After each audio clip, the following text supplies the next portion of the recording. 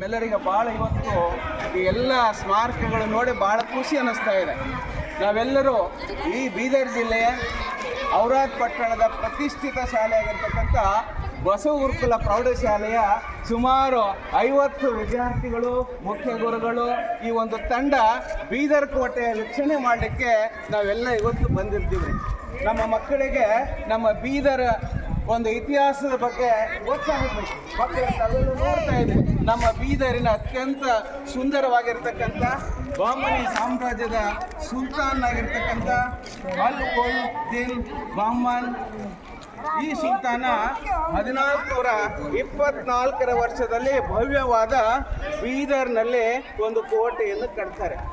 ಯಾಕೆ ಬೀದರನ್ನು ಚಾಯ್ಸ್ ಮಾಡಿಕೊಂಡ್ರು ಅಂತಂದರೆ, ಕರ್ನಾಟಕದ ಪರ್ಯಾಯ ಪ್ರಸ್ಥಭೂಮಿಯ ಶಿಖರಪ್ರಾಯವಾಗಿರ್ತಕ್ಕಂಥ ಅತ್ಯಂತ ಗಟ್ಟಿಯಾಗಿರ್ತಕ್ಕಂಥ ಪ್ರಸ್ಥಭೂಮಿ ಇದು.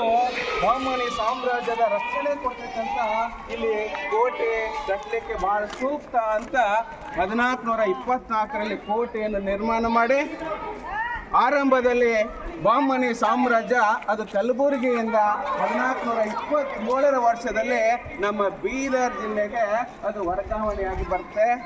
ಬಾಮನಿ ಸುಲ್ತಾನರು ಸುಮಾರು ಈ ಭವ್ಯವಾಗಿರ್ತಕ್ಕಂಥ ವಿಶಾಲವಾದ 106 ಎಕರೆ ಭೂಮಿಯಲ್ಲಿ ಸುಮಾರು 30 ಐತಿಹಾಸಿಕ ಸ್ಮಾರಕಗಳನ್ನು ಇಲ್ಲಿ ಕಟ್ಟಿದ್ದಾರೆ. ಅದರಲ್ಲಿ 16 ಕಂಬಗಳ ಪ್ರಸಿದ್ಧವಾದ ಮಸೀದಿ ನೋಡಬಹುದು, ಅರಮನೆಗಳನ್ನು ನೋಡಬಹುದು.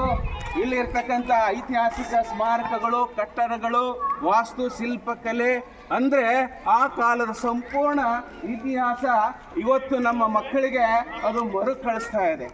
ಅಷ್ಟೇ ಅಲ್ಲ, ಇವತ್ತು ನಾವೆಲ್ಲ ಬಸವ ಗುರುಕುಲ ಶಾಲೆಯ ವಿದ್ಯಾರ್ಥಿಗಳು ಈ ಸಂಪೂರ್ಣವಾಗಿರ್ತಕ್ಕಂಥ ಈ ಕೋಟೆಯನ್ನು ವೀಕ್ಷಣೆ ಮಾಡಿ ಆ ಕಾಲದ ಸುಲ್ತಾನರ ಸ್ಮಾರಕಗಳು, ಸಮಾಧಿಯನ್ನು ನೋಡಲಿಕ್ಕೆ ನಾವು ಅಷ್ಟೂರ್ ಗ್ರಾಮಕ್ಕೆ ಇವತ್ತು ತೆರಳ್ತಾ ಇದ್ದೇವೆ. ಆ ಅಷ್ಟೂರ್ನಿಂದ ನಾವು ಮದರ್ಸಾ, ಆ ಕಾಲದಲ್ಲಿ ಮದರ್ಸಾ ಭವ್ಯವಾಗಿರ್ತಕ್ಕಂಥ ಒಂದು ಶಿಕ್ಷಣ ಕೇಂದ್ರವಾಗಿತ್ತು. ಮದರ್ಸಾ ಅಂದ ತಕ್ಷಣ ನಮ್ಮೆಲ್ಲ ಮಕ್ಕಳಿಗೆ ನೆನಪು ಬರೋದು ಮೊಹಮ್ಮದ್ ಗವಾನ್.